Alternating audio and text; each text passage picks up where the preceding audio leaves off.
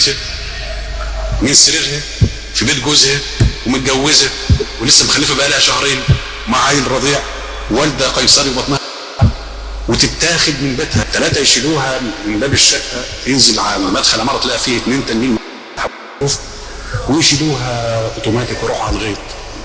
تروح تلاقي بقيه الفريق موجود. يوم 10/1 سنة 2006 قامت منطقة الحمراوي اللي موجودة في كفر الشيخ على صوت في وقتها دب الرعب في قلوب كل اهالي المنطقة. صوت صريخ كان طالع من بيت واحد من اهالي المنطقة، ولما اهالي المنطقة بدأوا يخرجوا من بيوتهم عشان يشوفوا ايه اللي بيحصل، شافوا منظر قدام عينيهم خلاهم يقفوا في مكانهم ومحدش يحاول او يفكر يتحرك من مكانه. المنظر ده كان عربية ميكروباص واقفة تحت بيت وحوالين منها 8 اشخاص مسلحين وبيضربوا طلقات في الجو. وبيتغير المشهد بعدها بنزول 3 اشخاص من البيت ومعاهم واحدة مكتفينها وبيحطوها في الميكروباص بالعافية، عشان من بعدها تتسجل قضية في تاريخ كفر الشيخ من اصعب وارعب القضايا اللي كانت في وقتها. القضية اللي اتحكم فيها على 10 اشخاص بحبل المشنقة في وقت واحد.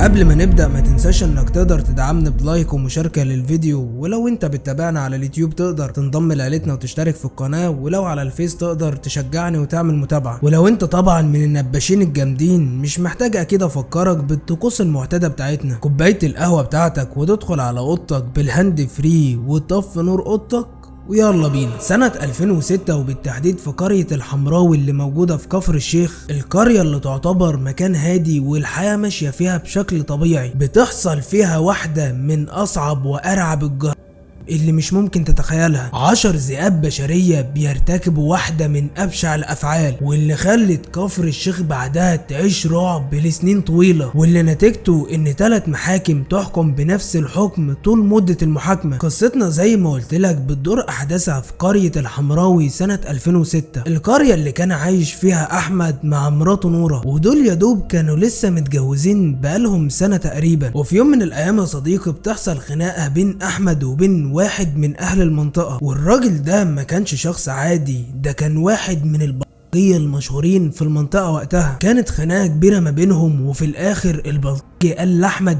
انه هينتقم منه، ولكن احمد للاسف ما كانش عارف اللي الشيطان ده بيفكر فيه، لان الانتقام كان بشع فعلا. بعد حوالي شهر من الخناقه دي كان في فرح قدام بيت احمد في المنطقه اللي ساكن فيها، زفه وهيصه وليله كبيره يعني. وبما ان الفرح كان قدام البيت فخرجت نورة عادي تتفرج على الفرح، ولكن اللي ما كانتش تعرفه ساعتها ان كان في حد واقف وكان مراقبها. صاحبنا شافها وهي واقفه في البلكونه وبتتابع الفرح، ساعتها حلوت في عينيه وسأل صاحبه عنها فقال له انها متجوزه. ولما عرف هي متجوزه مين، الشيطان بدأ يلعب في دماغه اكتر وافتكر على طول الخناقه اللي حصلت بينه وما بين احمد من شهر، وهنا بقى قرر انه لازم منه ويكسر عينه في مراته. فضل شغال طول الفرح نظرة في ابتسامة في مشاورة بالايد لنورة، وهي فضلت تتجاهله هو واللي كان واقف معاه طول الفرح عادي يعني، شخص سخيف وبيعاكس وياما شافت من امثاله دي كتير. واستمر الوضع على ما هو عليه لحد ما الفرح خلص ولحد ما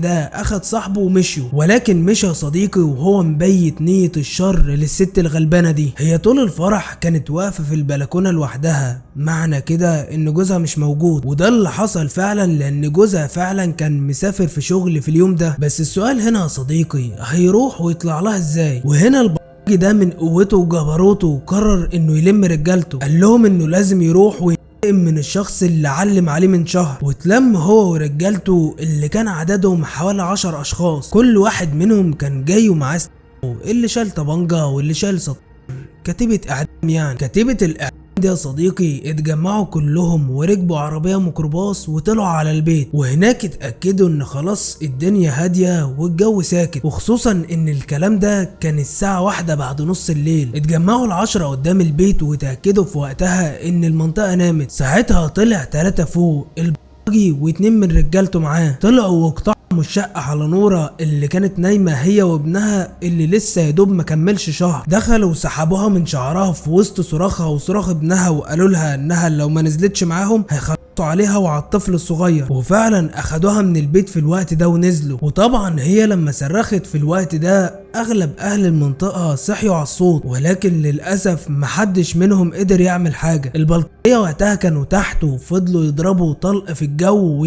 اهل المنطقة، وعشان كده محدش قدر ياخد خطوة ويعمل لهم حاجة. والنتيجة انهم اخدوا المسكينة معاهم في الميكروباص واخدوا بعضهم ومشيوا. بعد ما حصل كل ده اهل المنطقة طبعا بلغوا الشرطة وحاولوا هم بنفسهم يجروا ورا العربية، ولكن للاسف البلطجية كانوا اسرع ومحدش قدر يعرف لهم طريق. اتحركوا بيها المنطقة زراعية بين كفر الشيخ وطنطا، ولحد ما وصلوا بيها المنطقة بعيدة خالص عن كفر الشيخ، منطقة كده قريبة من مزارع القردة، ودي منطقة مهجورة ومقطوعة وما فيهاش صريخ ابن يومين. مكان مثالي ومهيأ ليهم عشان يعملوا خطتهم الشيطانية. الخطة كانت في البداية انه كان عاوز يكسر عين جوزها. خط مراته بالطريقة دي برضه مش سهلة على الراجل، بس زي ما تقولوا كده الست زغللت في عين ابن الحرام ده وقرر انه يكسر عينه بجد واهتدى عليها. ومش بس كده، لا ده كمان بعد ما خلص اللي بتاعه خلى اللي معاه ينوبهم من الحب جانب. والموضوع البشع ده استمر لمدة 5 ساعات تقريبا، 5 ساعات وهم بينهشوا في لحم الست دي من غير رحمة، ما بين ضرب واهانة وتعذيب واعتداء كامل، ولحد ما بقت في حالة اقرب للموت خلاص. الجزء الجاي من القصة دي لها روايتين. الرواية الاولى دي بتقول انهم خلاص بعد ما حسوا انها بتفرفر في ايديهم قرروا انهم يسيبوها مكانها علشان تموت لوحدها ومحدش يحس بيها، وفعلا سابوها وهربوا. وبعدها بشوية وبمعجزة الهية قدرت تستجمع قوتها وتهرب من المكان، عشان بعدها على طول يلاقيها حد وهي واقفة على الطريق ومتبهدلة وياخدها على طول على المستشفى، عشان المستشفى في وقتها تبلغ الشرطة اللي كان عندها بلاغ بالفعل من بالليل. ساعتها بتيجي الشرطة وتاخد اقوال من الست علشان يعرفوا اللي حصل، وبعدها بتبدأ الشرطة تتحرك لحد ما بيقبضوا على المتهمين. اما الرواية التانية بتقول ان الشيطان نفسه ما اكتفاش باللي عمله كده، ما اكتفاش بانه اعتدى على الست هو ورجالته، لا ده كمان وصلت بالبجاحة انه يكلم واحد صاحبه ساكن في منطقة قريبة منهم، يكلمه في وقتها ويقول له احنا عندنا حفلة ولازم تيجي. الراجل ما كدبش خبر، وفي خلال نص ساعة تقريبا كان هناك في المنطقة. واول ما وصل على طول وعرف منهم اللي حصل قال لهم انه هيدخل يشوفها. وكانت المفاجأة يشاء ربك يا مؤمن ان الراجل ده يطلع عارف نورة، لانها كانت من القرية اللي هو ساكن فيها، وبالتالي طلع يعرفها هي واخواتها. واللي جه في دماغه وقتها انه لازم ينقذها، بس يعمل كده ازاي؟ ده لو اتكلم هيخلصوا عليه. فكر بسرعة وقرر انه لازم يخدعهم، بس هيخدعهم ازاي بقى؟ طلع بره واستغلوا ان كلهم كانوا قاعدين يضربوا، وقال لهم انهم لازم يهربوا دلوقتي لان اكيد الشرطة شمت خبر وبتدور عليهم، فهم يقوموا ينفدوا بجلدهم ويهربوا دلوقتي، وهو هيخلص معاها ويخلص عليها بعد كده بمعرفته. وطبعا لازم يكونوا شاربين ومسطولين علشان خاطر يصدقوا الكلام ده. المهم ان صاحبنا ده استنى لحد ما مشيوا، وبعدها دخل وشال المسكينة اللي كانت مرمية بين الحياة والموت، خدها وراه على الموتوسيكل وجرى على اقرب مستشفى، وصلها المستشفى ولحد ما اطمن عليها، وبعدين جرى على الشرطة علشان يبلغ. وهناك قال لهم على كل اللي حصل واعترف على ورجالته. ساعتها اتحركت الشرطة بسرعة وقبضت عليهم. طبعا هم في البداية انكروا كل اللي حصل، ولكن مع الضغط شوية في التحقيقات وبعد ما الطب الشرعي اخد من الست ومن الرجالة دي عينات وطبقهم ببعض، طلعوا هم فعلا اللي عملوا الكارثة دي. المتهمين اتعرضوا على النيابة، والمحامي العام احال القضية لمحكمة الجنايات، وكانت النتيجة وقتها من اول جلسة، والحكم كان واضح وضوح الشمس. الحكم بالإعدام شنقة. الحكم في وقتها كان ليهم كلهم ما عدا واحد بس، والسبب انه كان حدث او بمعنى اصح يعني تحت السن القانوني. انتوا متخيلين؟ يعني المفروض ان ده طفل او مراهق لسه وبيشارك في زي دي، وساعتها اتحكم عليه ب 15 سنة احداث. القضية في وقتها كانت عاملة ضجة كبيرة جدا في كفر الشيخ، ومصر كلها كانت بتتكلم عن القضية اللي اتحولت لقضية رأي عام، وده اللي ساعد في تسريع الاجراءات وان الحكم يطلع بالقوة دي. ولكن بعدها بيحصل استئناف او نقد على الحكم. محكمة النقد قبلت الطعن فعلا اللي اتقدم واتعرضوا على دايرة جديدة، ولكن المحكمة التانية بتكرر برضو نفس حكم الإعدام.